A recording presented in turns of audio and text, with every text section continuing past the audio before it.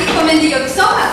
Bons tempos que agora estão em macarrão. Antigamente nossa população morria de fome. 33 milhões de pessoas morreram na China. Eles buscavam insetos, cachorros para se alimentar. Agora até virou um costume. Então, por falta de opção, as pessoas comiam insetos? Isso mesmo. Então, tudo que tinha asas e não era avião, e tudo que tinha pernas e não era mesa, eles comiam? Isso mesmo. Agora vamos treinar Yami Yumi. Primeira lição, vou ensinar um cumprimento chinês para vocês. Você pega a sua mão e curva-se. Agora segunda lição, golpe facão. Pega o braço da pessoa, estica, levanta e abaixa reto.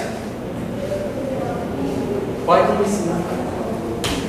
Estica a mão, levanta e baixa.